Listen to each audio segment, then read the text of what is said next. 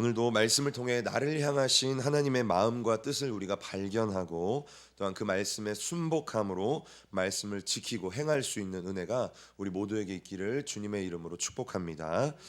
오늘 함께 나눌 말씀 1절 말씀을 우리 먼저 함께 보도록 하겠습니다. 우리 1절 말씀을 우리 다시 한번 함께 읽도록 하겠습니다. 함께 읽습니다. 정말로 형제들아 우리가 주 예수 안에서 너희에게 구하고 권면하노니 너희가 마땅히 어떻게 행하며 하나님께 기쁘시게 할 것을 우리에게 받았으니 곧 너희 행하는 바라 더욱 많이 힘쓰라. 아멘. 오늘 1절 말씀은 이렇게 시작합니다. 정말로 끝으로 라는 말씀으로 시작합니다.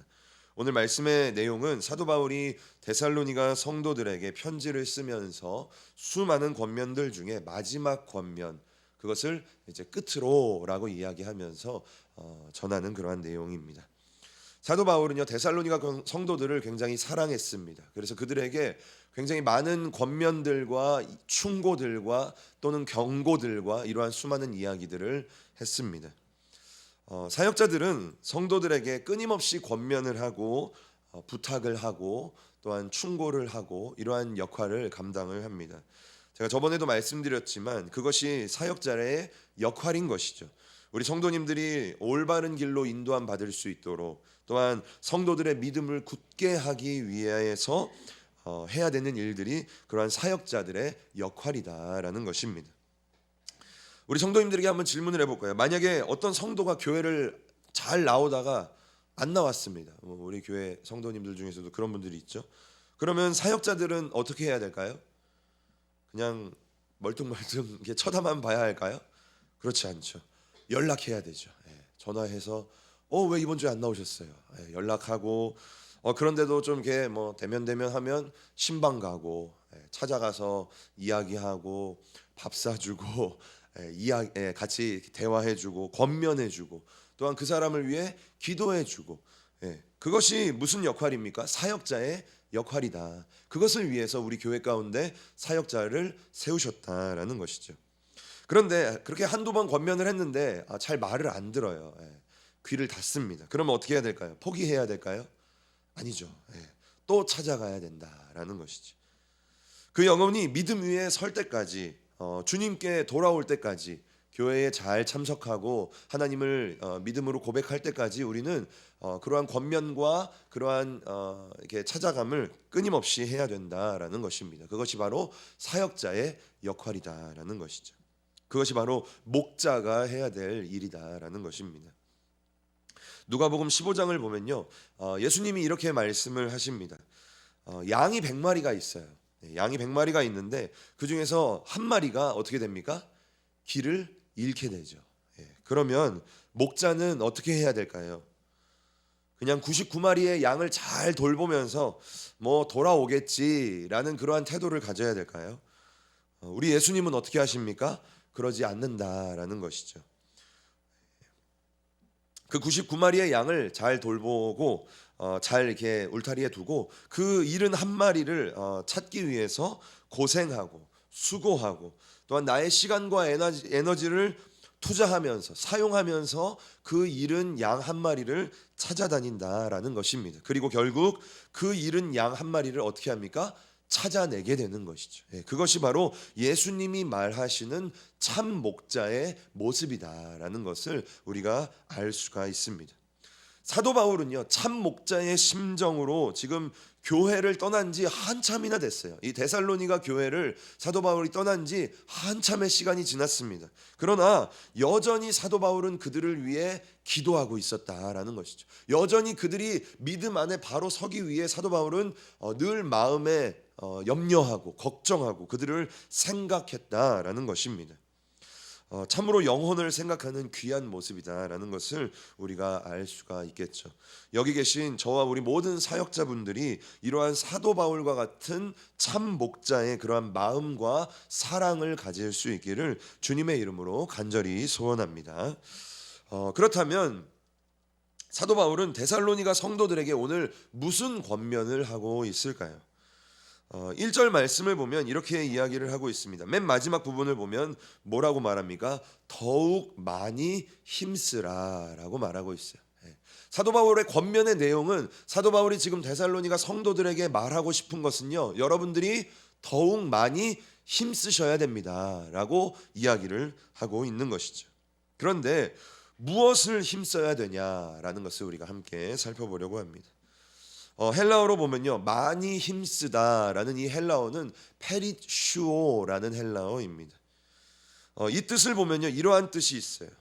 우리 개역 한글에서는 많이 힘쓰다라고 말하는데 원어적인 뜻은 이러한 것입니다. 차고 넘치다, 초과하다, 풍성하다, 넉넉하다라는 그러한 의미가 담겨져 있는 것이죠.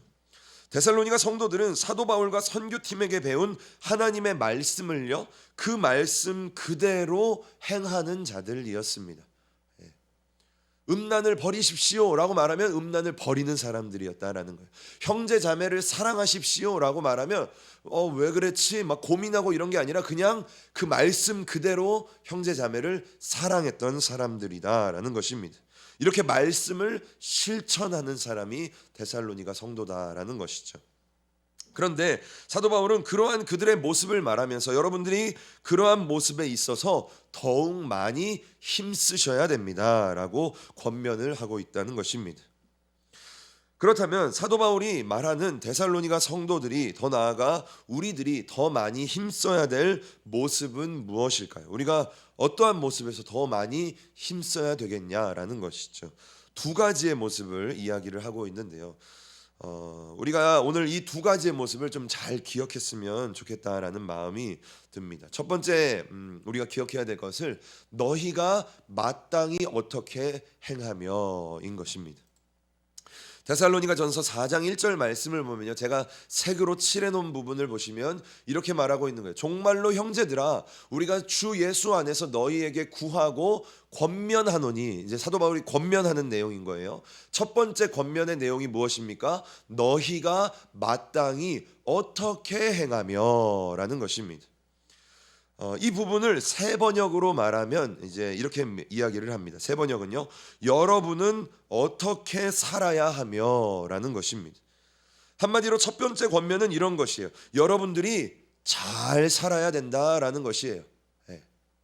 너희가 마땅히 어떻게 행하며 이 인생길 가운데서 우리가 어떻게 행해야 되는 것인지, 그거를 사도 바울이 이미 말씀을 통해서 이야기했는데 그거를 더욱 많이 힘쓰십시오라고 말하고 있는 것이죠. 그것이 바울의 첫 번째 권면입니다. 그리고 두 번째 권면은 무엇입니까? 두 번째 권면은 우리 함께 읽어볼까요? 두 번째 권면 함께 읽습니다. 시작. 하나님을 기쁘시게 할 것이다 라는 것이에요. 하나님을 기쁘시게 해야 된다라는 것입니다. 이게 바로 두 번째 권면이다 라는 것이죠. 그것을 우리가 더욱 많이 힘써야 된다라는 것입니다. 그래서 이 두 가지의 권면을 우리가 기억을 하면서 우리 자신에게 질문을 해야 된다라는 것입니다. 첫 번째 질문은 이것이에요. 저와 우리 성도님들이 이렇게 질문을 해야 되는 거예요. 내가 지금 잘 살고 있는가? 이걸 우리가 질문해야 됩니다. 나 자신에게. 하나님이 나에게 허락하신 이 땅의 삶을 내가 지금 잘 살고 있는가라는 것이죠. 하나님이 나에게 허락하신 자리가 다 있죠. 우리에게 가정에서 우리의 자리는 무엇입니까? 누군가는 아버지로서, 누군가는 어머니로서, 누군가는 자녀로서 하나님이 나에게 그 자리를 허락하셨는데 내가 지금 잘 살고 있는가라는 것이죠. 직장에서 나에게 맡겨진 자리가 있습니다. 나에게 맡겨진 직책이 있고 나에게 맡겨진 업무가 있습니다. 그러한 일들에 있어서 내가 지금 성실하게 책임감을 가지고 그 일들을 잘 감당하고 있는가? 나는 지금 잘 살고 있는가? 이걸 우리가 생각해야 된다라는 것이죠.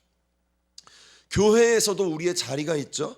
누군가는 사역자로서, 누군가는 장로로, 누군가는 권사, 안수집사 또는 집사, 성도로서 나의 자리가 있다라는 것입니다. 그런데 내가 지금 그 자리를 잘 감당하고 있느냐라는 것입니다.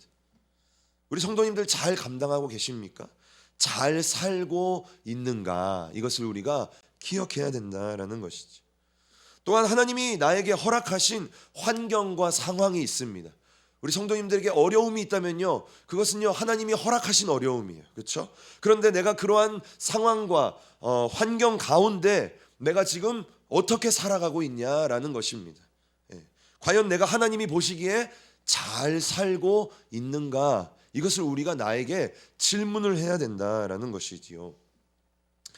두 번째, 그렇다면 질문은 무엇일까요? 두 번째는 아까 제가 말씀드린 것처럼 내가 지금 하나님을 기쁘시게 하고 있느냐라는 것입니다. 어쩌면 이것은요 첫 번째를 포함하는 내용이다라고 말할 수도 있겠죠. 우리 그리스도인들이 잘 산다라는 것은 무엇입니까? 세상 사람들과 다르게 우리는 우리의 인생을 잘 산다라는 것은 하나님을 기쁘시게 하는 삶이다라는 것입니다. 그래서 성경은요 우리 그리스도인들에게 하나님을 기쁘시게 해야 된다라는 것을 많이 강조를 하고 있습니다. 에베소서 5장 10절 말씀을 세 번역으로 말하면 이렇게 말합니다. 우리 함께 5장 10절 말씀 함께 읽겠습니다. 함께 읽습니다. 하나님을 기쁘시게 하는 일이 무엇일지 생각하십시오 라고 말합니다. 예. 하나님이 오늘 우리에게 말하시는 거예요. 하나님을 기쁘시게 하는 일이 도대체 무엇인지 우리가 생각해야 된다. 개역 한글에는 시험해야 된다. 우리가 분별해야 된다라는 것을 성경이 우리에게 말하고 있는 것입니다. 우리가 고민해야 되는 거예요. 내가 하나님을 어떻게 하면 기쁘게 할 수 있을까? 내 상황과 형편에서 나에게 주어진 이러한 자리에서 내가 하나님을 어떻게 기쁘게 할 수 있을까? 우리가 생각해야 된다라는 것이죠. 또한 로마서 12장 2절 말씀을 보면 또 이렇게 이야기를 하죠. 우리 함께 또 로마서 12장 2절 말씀 함께 읽겠습니다. 함께 읽습니다. 너희는 이 세대를 본받지 말고 오직 마음을 새롭게 함으로 변화를 받아 하나님의 선하시고 기뻐하시고 온전하신 뜻이 무엇인지 분별하도록 하라. 아멘. 하나님이 오늘 우리에게 말하고 있습니다. 우리는 이 세대 가운데, 이 시대 가운데 중간은 좀 건너뛰고요, 하나님이 기뻐하시는 뜻이 무엇인지 우리가 분별해야 된다라고 로마서 12장은 우리에게 말하고 있는 거예요. 내가 지금 처해 있는 이 상황과 환경 가운데 그러한 상황과 환경이 우리가 각자가 다 다르지 않습니까? 그 상황 가운데 하나님이 기뻐하시는 뜻이 무엇일까? 그것을 우리가 분별해야 된다라는 것이죠. 그리고 우리는 그것을 알기 위해서 힘쓰고 노력해야 된다라는 것입니다. 고린도후서 5장 9절 말씀도 우리 함께 읽어보겠습니다. 함께 읽습니다. 그런즉 우리는 몸으로 있든지 떠나든지 주를 기쁘시게 하는 자가 되기를 힘쓰노라. 아멘. 이러한 모습이 누구의 모습이 되어야 됩니까? 나의 모습이 되어야 된다라는 거예요. 주를 기쁘시게 하는 자가 되기를 우리가 힘써야 된다라는 것이죠. 그런데 이 고린도후서 5장 9절 말씀을 보면요 이렇게 말하죠. 여기서 몸으로 있든지 떠나든지라고 말합니다. 이건 무슨 말일까요? 쉽게 말하면요 내가 살든지 죽든지라는 거예요. 너무 멋있는 표현인 것 같아요. 내 목숨에 문제가 달려있다 할지라도 내 생명보다 우선시 되어야 되는 게 무엇입니까? 하나님을 기쁘시게 하는 것이다 라는 거예요.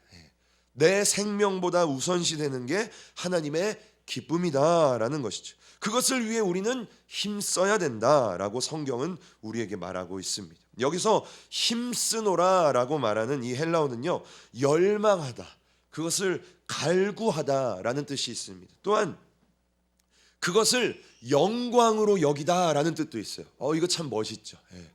내 목숨보다 하나님을 기쁘시게 하는 것이 나의 영광이다라는 것이 그러한 표현이 이 안에 담겨져 있는 것입니다. 우리는 무엇을 힘써야 됩니까? 주님을 기쁘시게 하는 자가 되기를 힘써야 된다라는 것을 성경이 우리에게 이야기합니다. 저는 저와 우리 성도님들이 이렇게 되기를 소망을 합니다. 내 목숨보다 우리 주님을 기쁘시게 하는 자, 그걸 위해 그것을 나의 영광으로 삼고 그것을 갈망하는 우리가 되었으면 좋겠다라는 것이죠. 우리는 주님을 기쁘시게 하는 사람이어야 합니다. 그것이 우리 그리스도인의 본분이고 우리의 목적이고 우리의 이유여야 된다라는 것이죠. 우리가 이 땅을 왜 살아갑니까? 우리 성도님들 이 땅을 왜 살아갑니까? 이 힘들고 어려운 세상 왜 살아갑니까? 오늘 말씀으로 빗대면 우리 주님을 기쁘시게 하기 위해서, 그렇죠? 나의 모습을 통해서, 나의 행함을 통해서, 내가 하는 헌신과 봉사와 전도와 이러한 모든 모습들을 통해서 우리 주님을 기쁘시게 하기 위해서 내가 지금 살아가고 있다라는 것입니다. 그렇게 주님을 기쁘시게 하는 우리 성도님들이 될 수 있기를 주님의 이름으로 간절히 축복합니다.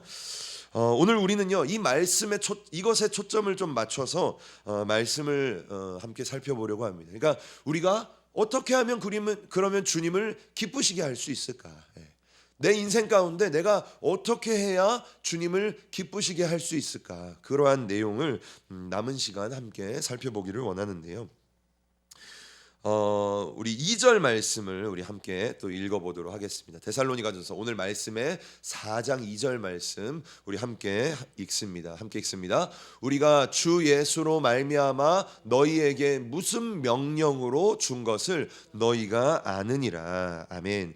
2절 말씀을 보면요, 사도 바울은 주 예수로 말미암아, 그러니까 주 예수님을 통하여 주 예수님의 이름으로 그 데살로니가 성도들에게 명령을 했다, 또는 교훈을 했다, 또는 충고를 줬다라고 이야기를 합니다. 그리고 사도 바울은 이 교훈과 명령과 충고를요 3절에서 뭐라고 말하냐면 그 명령을 하나님의 뜻이다라고 이야기를 합니다. 우리 함께 또 데살로니가전서 4장 3절 말씀 함께 읽습니다. 시작. 하나님의 뜻은 이것이니 너희의 거룩함이라 곧 음란을 버리고. 아멘. 우리 성도님들에게 한번 질문을 해볼까요? 하나님을 기쁘시게 할 수 있는 것, 하나님의 뜻은 무엇일까요? 그렇죠. 저는 답을 드리면서 질문을 합니다. 하나님의 뜻은 무엇입니까? 오늘 말씀을 보면 우리의 거룩함이다라고 이야기합니다. 하나님이 우리에게 원하시는 뜻, 그러니까 하나님을 기쁘시게 할 수 있는 것은 무엇입니까? 우리의 거룩함이다라고 성경은 이야기를 합니다. 하나님이 우리에게 말하시는 것이죠. 거룩해져라라고 이야기를 하는 것입니다. 레위기 11장에서도 우리에게 뭐라고 말씀하십니까? 하나님이여 내가 거룩하니 너희도 거룩할지어다라고 하나님 우리에게 끊임없이 이 거룩에 대한 것을 명령하신다라는 것입니다. 우리가 거룩해지는 것, 우리 성도님들이 거룩해지는 것, 그것이 하나님의 원하심이고 하나님의 기쁨이고 하나님의 뜻이다라는 것이죠. 하나님은요, 우리를 왜 구원하셨습니까? 하나님은 우리를 왜 하나님의 자녀로 부르셨을까요? 7절 말씀을 보면요, 이렇게 이야기를 합니다. 우리 함께 4장 7절 함께 읽겠습니다. 하나님이 우리를 부르심은 부정케 하심이 아니요 거룩케 하심이니. 아멘. 하나님이 우리를 왜 부르셨습니까? 왜 우리를 하나님의 자녀로 삼으셨습니까? 오늘 말씀을 보시면 그것도 거룩하게 하기 위함이다라고 이야기를 합니다. 오늘 말씀에서 사용된 이 거룩이라는 헬라어는요, 조금 긴데 하기아스모스라는 게 거룩이라는 헬라어입니다. 이 뜻을 보면요, 이렇게 말합니다. 거룩함 또는 성별, 구별 또는 봉헌, 정화, 성화, 이러한 여러 가지의 뜻이 있다라는 것이죠. 우리 성도님들은요, 거룩이라고 말하면 어떤 마음이 딱 생각이 듭니까? 어떻게 이 거룩이라는 것을 어떻게 이해하고 계십니까? 거룩 이렇게 딱 말하면 무슨 생각이 딱 먼저 드냐라는 것이죠. 우리가 거룩하게 살아야 돼요 라고 말하면 그럼 이렇게 해야겠구나, 딱 생각나는 게 무엇이냐라는 것이죠. 거룩이란 것은요, 쉽게 말하면 구별된 것을 말합니다. 거룩이라고 말하면 구별된 삶을 이야기합니다. 구별된 삶, 죄와 우리가 구별되고 세상과 우리가 구별되고 세상의 가치와 풍조와 그러한 가르침들과 우리가 구별되어서 사는 것, 성경은 그것을요 거룩이다라고 이야기를 하는 것이죠. 하나님은 우리에게 그것을 원하신다라는 것입니다. 세상과는 구별되는 삶을 살아라 라고 하나님은 우리에게 말하고 계십니다. 세상과 우리는 다른 생각을 해야 되고요. 세상과 우리는 다른 것을 쫓아야 되고요. 세상과 우리는 다른 것을 바라보면서 살아가야 된다라는 것이죠. 그것이 우리의 그리스도인의 특권이고 그리스도인의 삶이어야 된다라는 것입니다. 그런데 많은 그리스도인들이 안타깝게도 이러한 구별된 삶을 살아가고 있을까요? 어쩌면 우리들도요 그러지 못한다라는 것입니다. 거룩하지 못하고 세상과 구별되지 못하고 세상과 짝하여서 살아간다라는 것이죠. 누군가는 물질과 짝하며 살아가고 누군가는 사람과 관계와 짝하며 살아가고 누군가는 상황과 환경에 짝하며 살아간다라는 것입니다. 우리가 무엇을 쫓든 간에요, 그것이 세상과 구별되지 못한 것이라면, 세상과 똑같이 살아가는 모습이라면 그것은 거룩하지 못한 것이다 라고 성경은 말합니다. 히브리서 12장 14절 말씀을 보면 거룩을 강조하면서 이렇게 이야기를 합니다. 우리 함께 또 읽어보겠습니다. 함께 읽습니다. 모든 사람과 더불어 화평함과 거룩함을 쫓으라. 이것이 없이는 아무도 주를 보지 못하리라. 아멘. 우리는 거룩함을 쫓아야 됩니다. 우리 성도님들 날마다 거룩함을 쫓으며 살아가셔야 됩니다. 쫓다라는 이 뒤쫓다라는 단어에는요 어떠한 이미지가 있냐면요, 사냥개가 사냥감을 쫓아가는 그러한 모습이 이 거룩함을 쫓으라라고 할 때 이 쫓으라라는 단어에 그러한 이미지가 있는 거예요. 한번 상상해 보십시오. 사냥개가 사냥감을 막 죽을 힘을 다해서 쫓아가는 거예요.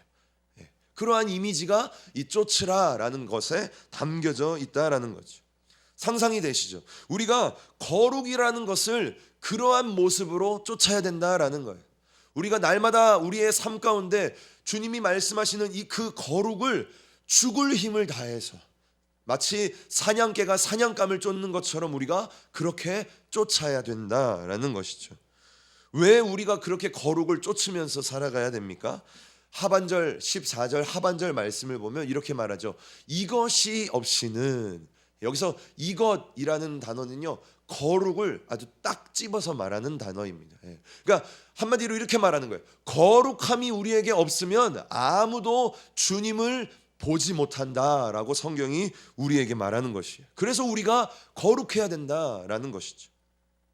아무도 주님을 볼 수 없다라는 뜻에는요, 주님을 경험할 수 없다, 주님을 이해할 수 없다, 주님을 알 수도 없다라는 그러한 뜻이 원어 안에 담겨져 있습니다.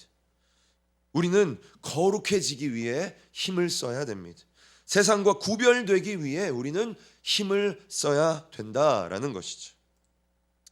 오늘 말씀은 거룩을 말하면서 특별히 육신의 음란에 대한 것을 좀 강조점을 두고 이야기를 하고 있습니다.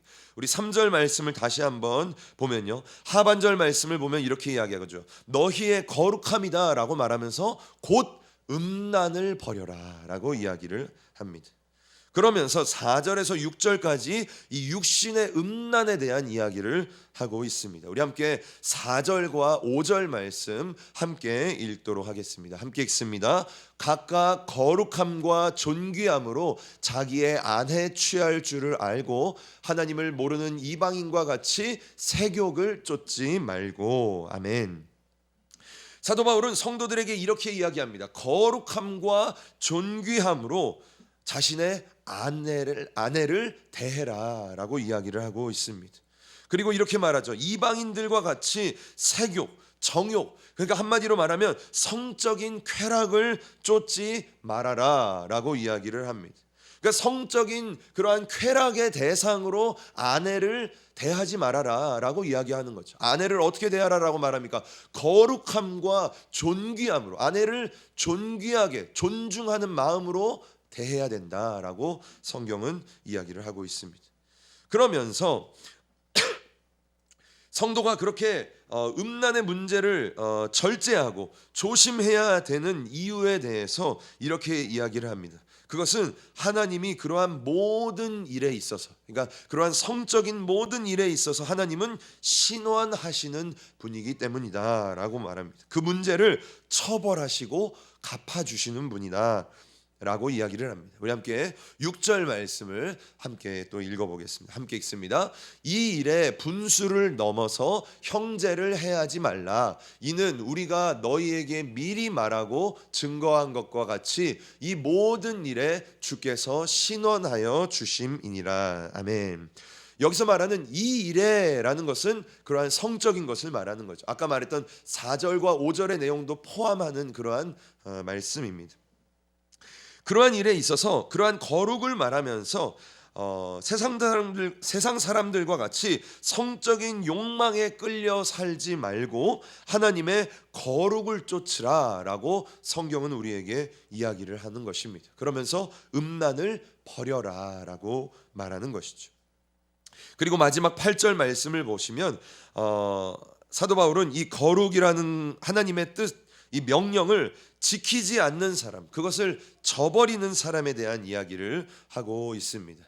4장 8절 말씀 우리 함께 또 읽어보도록 하겠습니다. 함께 읽습니다. 그러므로 저버리는 자는 사람을 저버림이 아니요 너희에게 그의 성령을 주신 하나님을 저버림이니라. 아멘. 8절은 이렇게 말합니다. 저버리는 자가 있다라고 말합니다. 저버리는 자라는 게 그렇다면 무엇을 저버리는 것입니까? 하나님의 뜻과 하나님의 말씀을 저버리는 것이죠. 그러니까 하나님이 우리에게 거룩하게 살아라 라고 말하는데 그 말씀을 저버리는 사람에 대해서 이야기를 하고 있습니다. 그런데 이 사람은요, 사람의 말을 저버리는 것이 아니라 하나님 자체를 저버리는 사람이다라고 말합니다. 여기서 저버리다라는 말은 무슨 말일까요? 헬라어로 보면 아데테오라는 그러한 단어인데요. 그 뜻을 보면 이러한 의미가 담겨져 있습니다. 놓여진 것을 제거하다라는 뜻이 있어요. 이렇게 딱 누군가가 그걸 놨는데 이거를 이렇게 제거해 버리는 거죠. 이 물컵을 여기다 딱 놨는데 이거를 제거해 버리는 것입니다. 또는 어떠한 것을 무효로 선언하다라는 의미가 있고요. 그래서 그거에서 이제 더 나아가면 쉽게 말하면 무시하다, 거절, 거부하다 또는 부인하다라는 그러한 의미가 담겨져 있습니다. 그러니까 저버리다, 여기서 말하는 오늘 말씀에서 말하는 저버리다라는 것은 이러한 것이에요. 하나님의 말씀이 지금 이 시간 말씀을 듣는 우리 모두에게 지금 놓여졌습니다. 우리 각자 성도님들 심령 가운데 지금 증거되어지는 이 하나님의 말씀이 놓여졌다라는 거예요. 전해졌습니다. 우리의 심령에 그 말씀의 씨앗이 심겨졌다라는 것이죠. 그런데 우리가 그 말씀을 듣고도 저버리는 것은, 그 말씀을 우리가 듣고도 실천하지 않고 행하지 않는 것은요, 하나님의 그 말씀을 우리 스스로가 버리는 것이다라는 거예요. 하나님의 말씀이 우리 앞에 딱 놓였는데 그럼 이걸 이제 지켜야 될지 말아야 될지가 있는 것이죠. 근데 지키지 않는 것은 무엇입니까? 우리 앞에 놓여져 있는 그 말씀을 우리가 스스로 제거해 버리는 것이다라는 것을 성경이 우리에게 말하고 있는 것입니다. 그것은 곧 하나님을 무시하는 것이고 하나님을 거절하는 것이고, 좀 더 적극적인 표현으로는 하나님을 거부하고 하나님을 부인하는 행동이다라고 성경이 우리에게 말하는 것이죠. 저는 이 말씀을 보면서 이럴 수가 있나? 라는 생각이 들었어요. 우리가 하나님을 믿지 않습니까? 그런데 하나님을 우리가 무시할 수 있다라는 거예요. 하나님을 우리가 거부해 버릴 수 있다라는 것을 성경이 우리에게 말하고 있는 것이죠. 우리는 보통 말씀을 듣고 그것을 행하지 않는 것에 있어서 그렇게 큰 부담을 갖지 않습니다. 저도 종종 이렇게 말씀을 들으면서 그것을 이제 깨닫고 은혜를 우리가 소위 말해 은혜를 받는다라고 말하죠. 아, 맞아, 나도 그렇게 살아야 되는데, 나도 맞아, 이렇게 행해야 되는데, 이렇게 영혼들을 품어야 되는데, 이러한 은혜를 받습니다. 그런데 정작 그렇게 은혜를 받고 나서도 시간이 지나면 잊어버리고, 쉽게 잊어버리고 그것을 행하면서 살지 못할 때가 있다라는 것이죠. 오늘도 우리가 말씀을 통해서 우리 오늘은 뭐에 대해서 많이 얘기합니까? 거룩함에 대해서 이야기합니다. 세상과는 우리가 다른 삶을 살아야 된다라는 것이죠. 그게 하나님이 기뻐하시는 일이고 우리는 그것을 위해 더욱 많이 힘써야 된다라는 이 말씀을 우리가 이제 들었어요.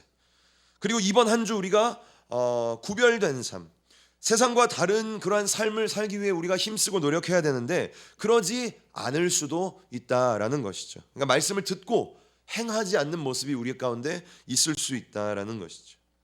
우리는 그러한 것에 있어서 그렇게 큰 부담을 가지지 않습니다.